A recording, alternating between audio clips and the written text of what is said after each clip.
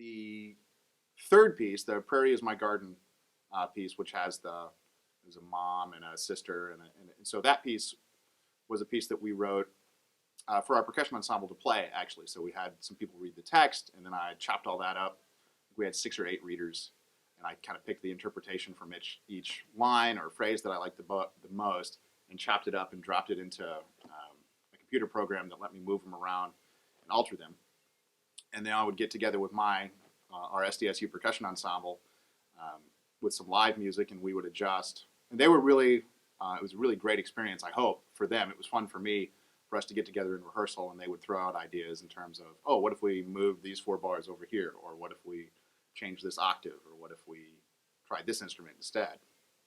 But we did those on a percussion ensemble concert in April 2013 and recorded all that live, and then that made it into the show now, because we just wouldn't fit on stage. If you've seen the production, we're using 1 vibraphone and 1 marimba right now, and it takes up almost the entire floor on the right-hand side of the stage. And so that piece needed 2 vibraphones and 4 marimbas and a bass, and we would run out of room, so we recorded it. And then the Blizzard piece, the snow piece, is another one that we recorded live with the percussion ensemble, and then are using recorded stuff in the show. Okay, so since it's like Harvey Dunn's images and you wrote stuff, did you get a lot of inspiration just by looking at the pieces, or did you have to do a lot of background research, or how did you kind of come up with it? Was it just kind of mostly your own thoughts? Yeah, basically. I mean, I would go in there are 4 pieces that we did early on: Fixing Fence, Prairie is My Garden, the snow pieces, and Girl Driving Oxen. And those, I would really sit and look at.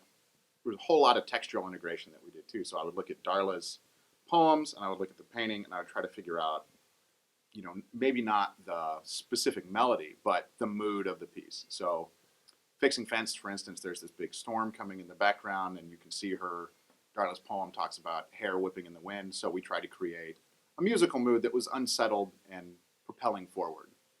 But after the blizzard, for instance, it talks about just the vast space of when you go out and we've gotten 3 feet of snow and it's untouched and you can just see for miles of flat. So we did something musically that was much more static, and a whole lot of drones and just slowly shifting harmonies.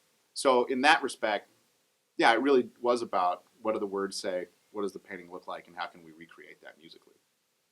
Okay, is there, I don't know, anything else like about what you did or about the show that you think that is important to note? Because it's about all I have for questions now. Sure. The thing that I keep coming back to about it is what I've gotten excited about is 2 things, really. That it gives our students a chance to be involved in this kind of real world model of producing a show. So for my percussion students, where we normally buy music from somebody, we pass it out, we read it, we play a concert, we hand it in, that's the end of it.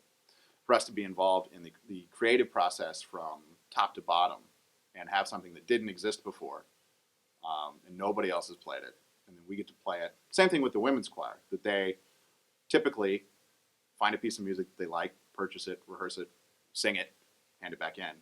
And to have something that nobody else has played before, nobody else has performed before, that to me should be rewarding to the students, I hope, and should provide a unique touchstone.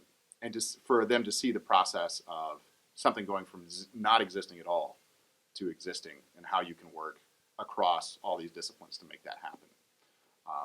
Because I think for the performing arts especially, spinning forward as a discipline, that's going to be critical.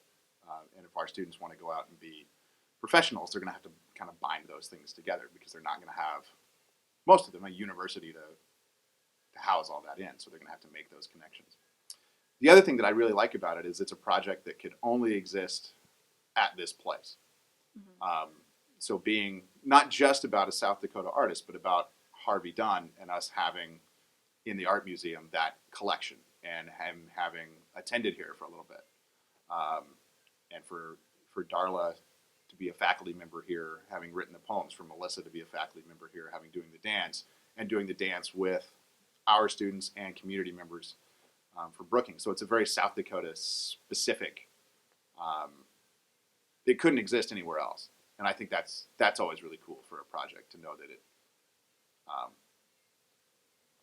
that it wouldn't have a genesis anywhere else like this. So I think those two things have been really